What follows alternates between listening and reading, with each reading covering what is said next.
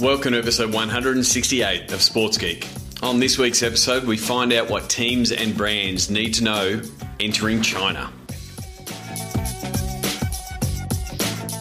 Welcome to Sports Geek, the podcast built for sports digital and sports business professionals. And now, here's your host, who doesn't speak this quickly. You're listening at 2x speed, Sean Callanan. Thanks, DJ Joel. My name is Sean Callanan, and you are listening to Sports Geek. You might be doing it at 2x speed. I'd love to know.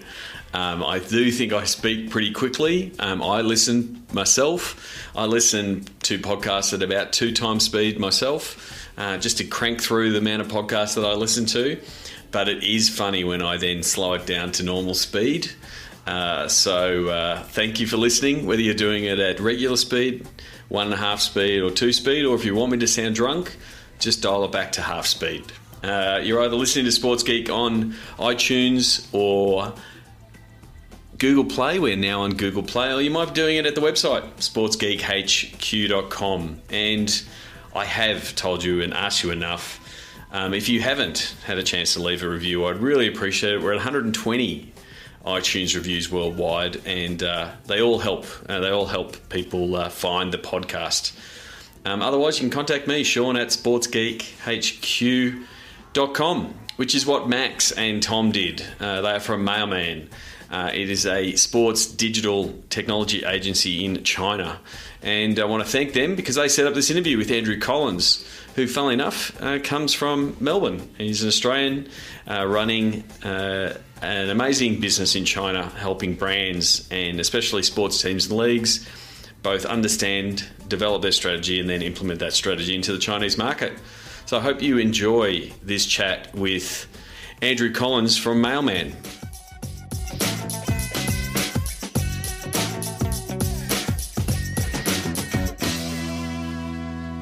Very happy to have Andrew Collins, founder of Mailman, all the way in China. Welcome to the podcast. Good to be here, Sean, and just great to talk to another Australian in the sports and technology space. Thank you. So first of all, tell us where in the world you are. I'm in Shanghai. I'm actually sitting at my PA's desk because my one of the great things about working in China is Skype doesn't work every time you want it to. So it finally worked on my PA's computer, not my own.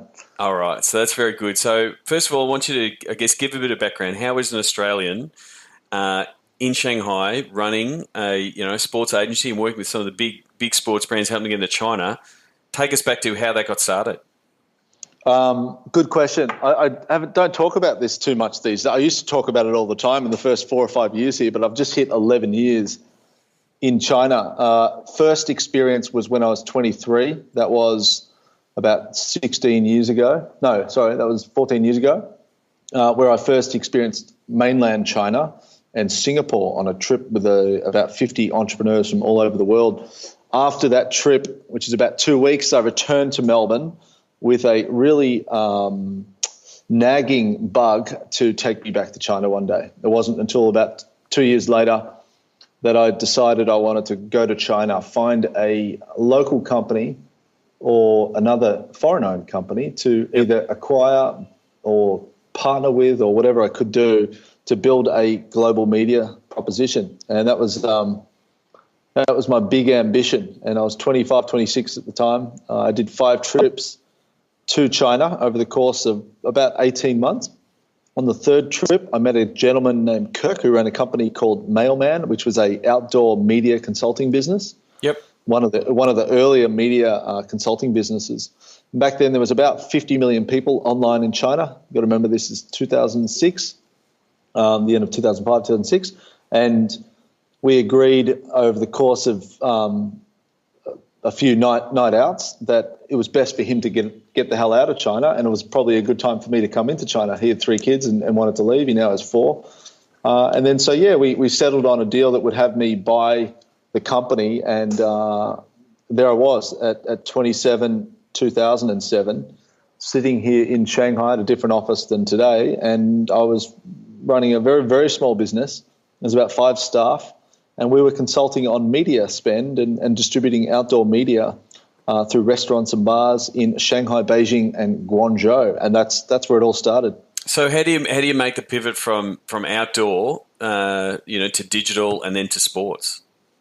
So I've always had a passion in sports, and I've always loved technology. I'm not really a big tech head, but I read a lot, and I always stayed abreast of what was happening with US trends, and I always considered myself more of a global citizen. I never looked at Australia like it was going to be my platform for what I really wanted to do in life. So when I got to China, I just continued to read up on technology, and then sports was a real passion.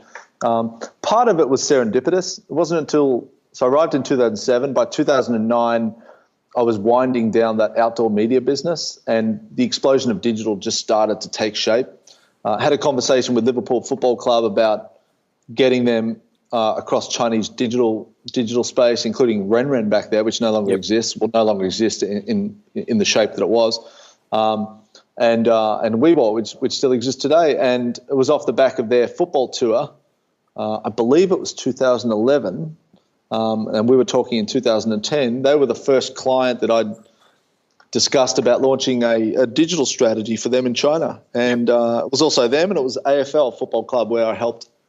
We as a company, we helped the first ever AFL experience, which was Melbourne versus Brisbane in Shanghai in October 2010. So we actually launched an AFL website called 51afl.com, which was another way of saying "Wo Yao AFL, I want AFL." Yep. And that was our first two sports properties we did all the marketing for in China, and then started there. Yeah, I mean that's the interesting thing.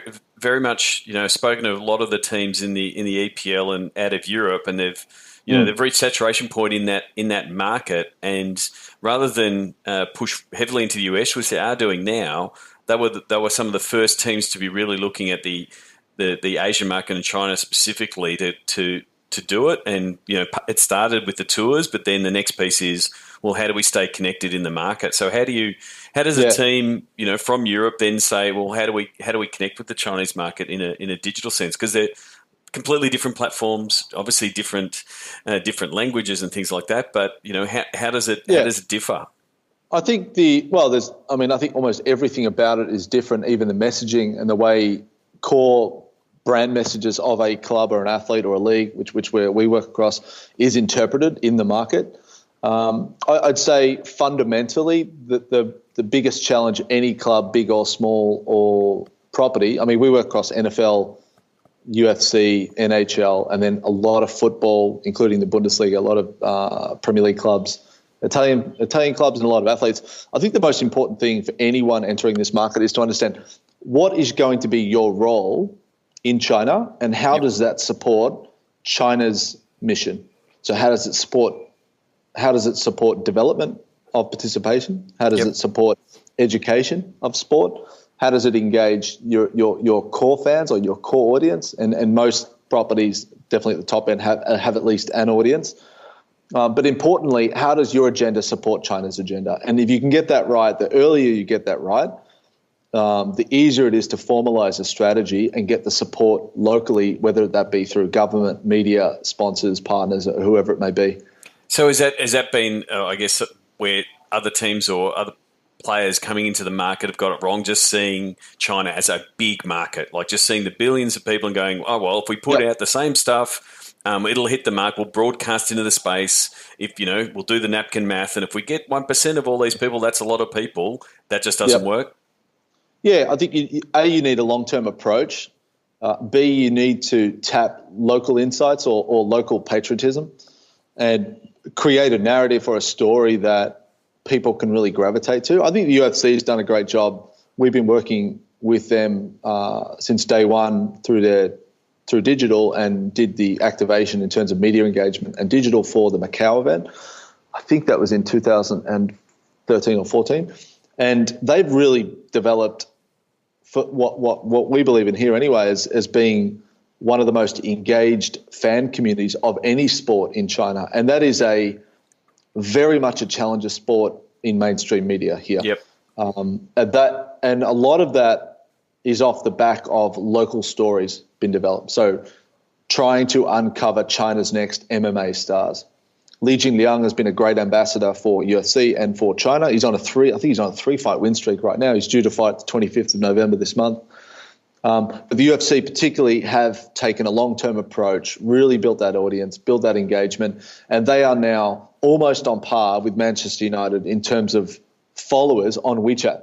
And WeChat is predominantly a very peer-to-peer channel, much smaller numbers than Weibo, but their numbers are almost on par with Manchester United. The UFC fan community on WeChat is bigger than Liverpool, it's bigger than Chelsea, it's bigger than the rest of the Premier League, just to give you a sense of the enormity of it. However, the reach of the Premier League is they're about 100 times more than mixed martial arts or UFC. But I think what they got right was they understood the role of mixed martial arts in China. They focused on organic stories, like local stories, and really tied that into a global story that could be told in China. And now it's all culminating in a landmark experience, later this year.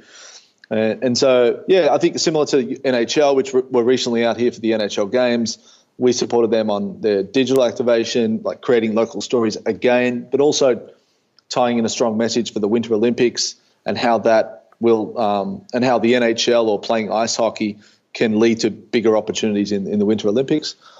So, it's, each club or organisation has a different story to tell, and I think that's our challenge, just like many other consulting firms out there, is really trying to find a unique story and how that can be illuminated in China. And are you seeing, are there trends that are happening, in the US and the European markets and the Australian markets that are the same in China, or is there particular parts that are exceptionally unique? Like we're seeing in the, globally that the trend of fans following the player first almost now, and the team second. It's probably very much so in the US, where teams fans will be Miami fans, and then LeBron will go back, and then they'll be Cleveland fans because they're following the player first, and that as a league is doing a really good job of promoting the players. Or do you see them identifying with a team and saying, well, I am going to be a Timberwolves fan because I've now seen the Timberwolves and I'm going to lock in with the Timberwolves, or is it a bit of a mix of both? I'd say the hard truth would be it's all star-led. Yep. Much more so than other markets, particularly Australia, where Australia has so many big national teams like the Socceroos, the Olyroos, the Wallabies, where people can align themselves with. In China, it's very much about the star, whether it be Neymar, Kobe Bryant, David Beckham, Cristiano Ronaldo, whoever it may be. Those athletes have so much more influence in this market over the teams that they populate.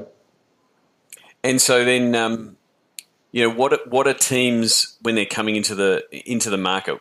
With that longer term strategy, what are they looking for? And both initially in that first initial phase, but then in that longer term phase. Long term, I think it's all about, it's a business, so it's all about a commercial model that works. And the biggest question is, how long does it take till it works? Yep. How much do you have to invest? And some clubs get lucky. I think Liverpool were good. They were very early in the market. They were the first Premier League team across social media in China. They were successful in selling their the Liverpool TV, the PPTV in China for a good sum. And, they've done multiple tours. The commerce worked well. On the flip side, there's other clubs like Napoli who are performing incredibly well in the Italian league. Great club, great people. I believe they're about to announce a sponsor shortly. They've been investing in the market for the last couple of years. Obviously, their budgets and what they can invest is much smaller than other big clubs, but the Chinese fans are really taking to them. But it's in just a much more niche audience. Yep. So I think every club, we just focus on football, every club wants a commercial sponsor, and that's the outcome of coming out of China. But they also want engaged fans that are likely to spend money on that club in some way, whether it be merchandise, activating when the club comes out on tour, or engaging their sponsors. And is there different and new commercial models that are coming up in China? Like, I loved reading Mary Meeker's report and the fact that, in China the idea of micropayments and paying via WePay and things like that. they're completely foreign to people outside of China. Is there a way that sports can leverage those channels to say, oh, here, here's some content and there's these micro payments involved that can then potentially aggregate up? Yeah, good question. Like, I think in the next 2 years, every major football club around the world should be offering WeChat Pay on their domestic commerce store. That's just a no-brainer. And they can reach out to us if they want support with that. But that is a absolute no-brainer. That also allows cross-border transactions. So you can run and manage a WeChat account in China without the legal requirement of setting up, let's say, a WeChat store or a Tmall store, but you can promote and engage that global store, then at least take transactions from China where people are most comfortable to pay. You cannot underestimate the power of WeChat and its ability to break down every inconvenience or hindrance to being able to sell something. Yep. It's just one click buy. It acts as your wallet. Your book. You can book a taxi with it. You can buy movie tickets with it. You can exchange money with each other, and of course you can buy merchandise on commerce stores. So WeChat is aggressively moving around the world and opening up a lot more WeChat payment options for a whole bunch of different clubs, but also even offline retail. They're doing it. I think in some other parts of Asia and even in the US, you will find WeChat Pay offered, I think, at Uniqlo or H&M. Yep. And you will start to see that in Australia as well and the UK. And I just think, it again, coming from a different culture where we've had the West, and we've seen the New York Times have some success with paywalls and subscriptions, but most people are saying, I don't want to pay and I don't want to pay for this content. Whereas you've got a whole different culture of, oh yes, I do pay, and this is how I pay because it's been easy, and that's how they've grown up. That's how their digital ecosystem has evolved. You're not facing those same barriers that you do, in the West to say, okay, it's $9.95 because it's got to be the same as Netflix or Hulu or that kind of thing. It's different, and so that's why you see, things like the NBA changing to say you can just buy this game because you just want to see, you just want to see the Warriors for this one game. Yeah, I think people are a lot more prudent about where they spend money in China, and they don't like to waste money. So they're not going to pay a subscription if they think they're not going to watch every game. Yep. So yeah, mix and match is probably the most popular form of payment. But in saying that, there's companies like Tencent and PPTV who are now doing bulk like basket-driven subscriptions who are doing quite well. So the market is shifting, spending behavior is changing. We predict the pay for football content this year is going to explode, at least, let's say, 300-400%, maybe even more, because of the consolidation of football on just one or two platforms, online platforms. So, yeah, I think there's never been a better time to be in the content business. Another trend that we are seeing, like the digital sponsorship space, so putting values on digital posts, and what is the value to your social channel, for example, or video channel in China? What is that worth to a sponsor? Being able to put a material value to that, and then breaking that down as a sponsorship opportunity will be a trend that we'll see, where a lot of corporate commercial heads will be looking at. And what else? That's a common thing that's happening now, where it's part art, part science to say, what are we valuing this digital post? How much value is it to the sponsor? But especially when you've got, Western companies coming in and they're going with, wanting emails and transactions and not quite knowing how to interact in that market is the learning exercise for them. Yeah, I think you've just got to come into this market thinking it's a completely different planet, and they speak a different language, they have a different ecosystem. It happens to be on planet Earth, but it could just as well be on Mars. And if you come in with that approach and you adapt to local policies and the local way of doing business, which can be really challenging for your early days in China, you can make real headway. But yeah, it does require a lot of patience and a little flexibility on the way you do your traditional business. But all the signs are really positive right now. It's fair to say that China will be one of the largest markets for commerce and pay for online content in the next 5 years. So talk me through some of the logistics of a team or a league whether it's the UFC pushing in for events or the Timberwolves coming in. What's the process like? What do the team need to have on their side? Do they need to have, Chinese speaking staff? Do they have to have people on the ground? Like, how much depth is there in, I guess, from a staffing resourcing point of view, to be able to say, let's get into the market? I mean, I'll talk about a couple of examples. The NBA is a little unique because you've got the NBA, this mothership that drives most of the decisions in market on behalf of the league because it's a franchise model, and there's limitations to what a club like the Timberwolves can actually do in market. So I think the football space is a little more flexible. Each team can set up their own office. Yep. Some teams have their own representative office in mainland China. Some have an office in Hong Kong, some go to Singapore for a regional hub. It's a great real business in China. You do have to be here in the mainland China, whether it be Shanghai, Beijing, but also Shenzhen is a hot market right now. And then you've just got 100 other second and third tier cities that are going to be opening up opportunities. Most of the clubs are driven by commercial goals when they enter the market, so it's less about marketing and more about commercial people. Yep. It can be a very expensive exercise. So you will only see the top one or two clubs in any league or organization look at opening a presence here. Maybe that will change. Companies like ours and others, try to facilitate that and ease that burden by taking on the commercial responsibilities or the partnership management needs of those clients. But then you've got leagues like the Bundesliga who are doing an awesome job in China and batting well above their space in the market, being the most engaged European football league across China's digital media. Yep. Because they tend to they have built a very strong local strategy in the market, whereas organisations like the Premier League have invested, but not at length and not at a lot of depth. So very few partnerships have been established with the Premier League through local digital media. And then you've got like La Liga's making some great strides this year. Each club or organisation has a different approach to building out their business in market.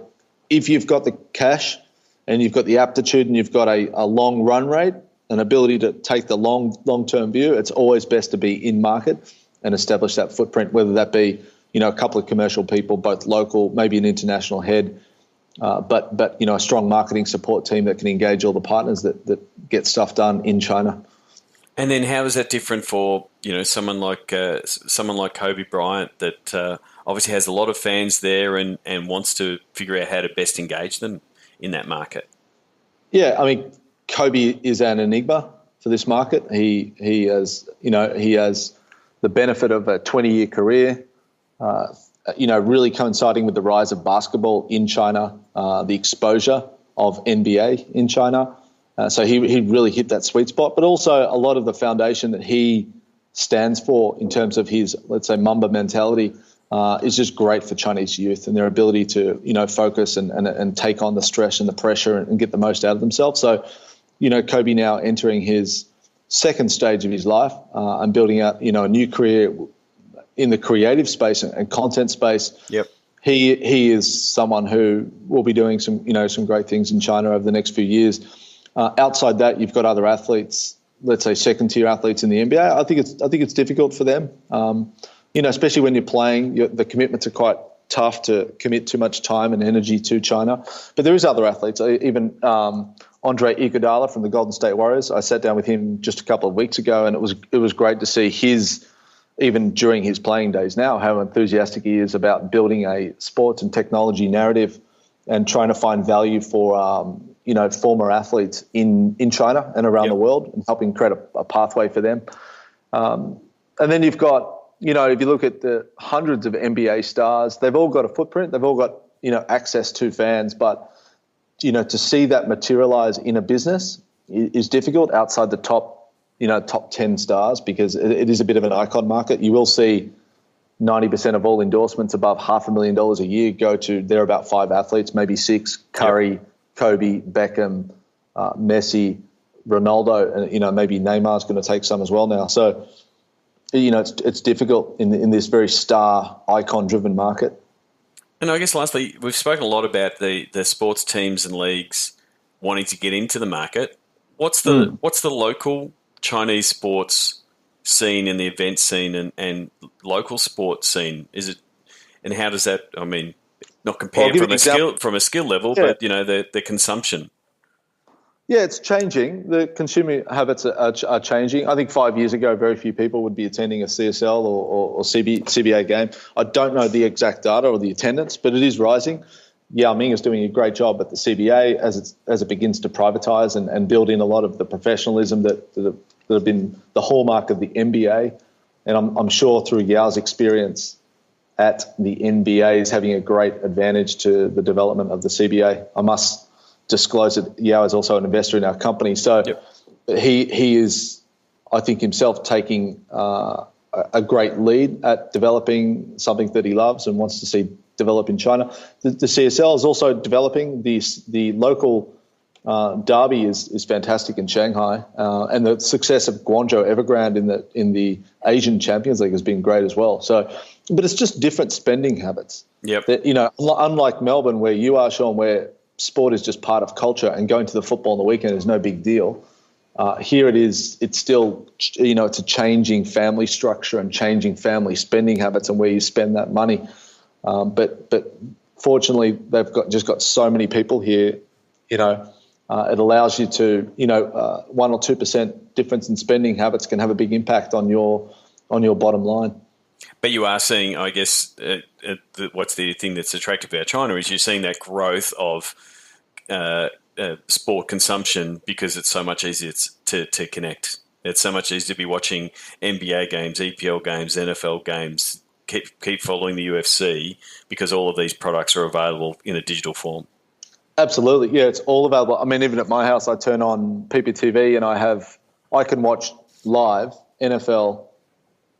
It's either on Tencent or PPTV on my platforms. I can watch live NFL, UFC, the Bundesliga, the Premier League. The only thing I can't watch, which I love, is AFL football in China, which would be great. So if they're listening, they should give away their TV rights. You can't watch AFL. I can get onto the Watch AFL app, but it breaks up quite a lot in China.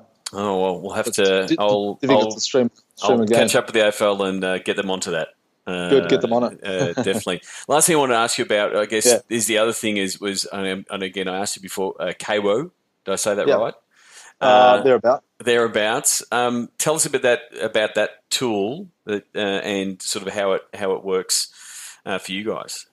Yeah, KWO is a social media management platform. It allows us and a bunch of other properties to manage their entire content that gets published in China. It allows you to draw inspiration from your existing Facebook, Twitter, Instagram channels, repackage that, repurpose that, create new content, and publish directly to Weibo or WeChat. The platform then gives customers full access to what's been created, what time it went out, who did it, what are the stats on that content, how do you perform against your competitors, and there's a bunch of other features. So yeah, we use it. It's a little bit like the engine or the Boeing engine of a 747. So for us, it's the backbone of all the work that we do related to content and where that content goes. And it gives, I guess, clients, the teams knowing, well, we don't know enough about these platforms. We can't really just give an intern one of these platforms to post because they don't know the language. It goes through that as a system to be able to manage that. Yeah, it's got a nice sort of management flow that allows you to seek approvals on content before it gets published. You can reach out to our team or other agencies that wish to use it. But yeah, it's just a management platform that gives you a lot more certainty about what is actually happening in this very foreign market. And the last one I want to, I guess, ask, what do you think the biggest lessons that these teams, as they enter the market, what's the biggest lessons they've learned from entering the market? Good question. Different teams, different lessons. I would say the earlier you engage China, the better. I think that's a great lesson that UFC are benefiting from when they're almost about to sell out of their November event. NHL have done a great job coming in a little earlier this year before their NHL games. They've had huge growth actually on their social since the local games went on in Shanghai and Beijing. But the earlier you get in the market, the better, and take a long-term approach. And I think if you do that, you not only create a better working relationship with the people you work with, you have better dialogue with local partners in China. Yeah, definitely. It was pretty much a setup there. You could have used the Chinese proverb, when's the best time to plant a tree? The best time is 20 years ago, and the second best time is today. That's exactly right. You can use that one when someone says, when should you enter the Chinese market? I like that. I want to finish with the closing five, which is just five questions to let you know. Do you remember the first sports event you ever attended? Oh, great question. I think it was the Australian Open with my grandmother. Australian Open, would it have been at Flinders Park, at Rod-Laver, or back at Kooyong? No, Melbourne Park. I would have been 12 years of age. We would have driven the 3.5-hour journey from Wodonga. Yep. We would have stopped at Euroa on the way. We probably would have had a steak sandwich and maybe a Big M, and then we made our way to Melbourne. I would have stopped, maybe got a vanilla slice or something like that. Yes. Yep. And speaking of food, and people now are probably Googling what vanilla slice is, and you should. They're delicious. Sure. What's your favourite food at a sports event? 4 and 20 meat pie, AFL footy. Yeah, exactly. What's the first app you open in your phone in the morning? Inkl. INKL.com. I just recently downloaded it. In China, it's difficult to get all the news. Yeah. They don't all come through easily. So Inkl aggregates all the news aggregator. It's an aggregator. Yeah, it's a news aggregator. Okay. I use it particularly in China. All right, Inkl, INKL. Yeah, it gives me access to New York Times, Washington Post, The Age, and a bunch of other media. Gives me a taste of what's happening in the world. Cool. And if you were to nominate someone that you think the Sports Geek listeners should follow, whether it's someone you listen to or read or follow, or it's just a really good person, who would you nominate? Kobe Bryant. No one is more passionate, more committed, and more driven to achieve his personal and stick to his personal values and goals. Yep, and it is very much a watch this space with Kobe in the content movie business that he's building out, isn't it?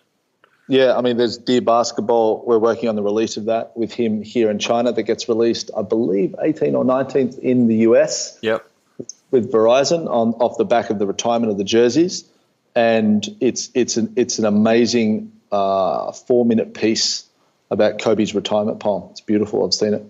Terrific. And I'm actually interested in this one because I do ask everyone in a Kevin Durant style, you're the real MVP. I ask them to nominate one social media platform that they think is the MVP. Now, normally people are picking between Facebook and Instagram and Twitter. You might pick from those, but what would you say your MVP is?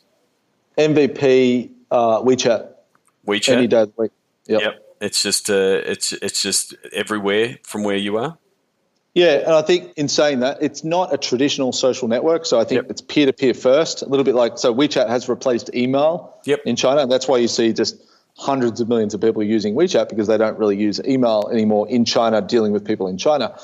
But the features and the ability to create a much stronger link with commerce and CRM and content, there's probably nothing better on the market.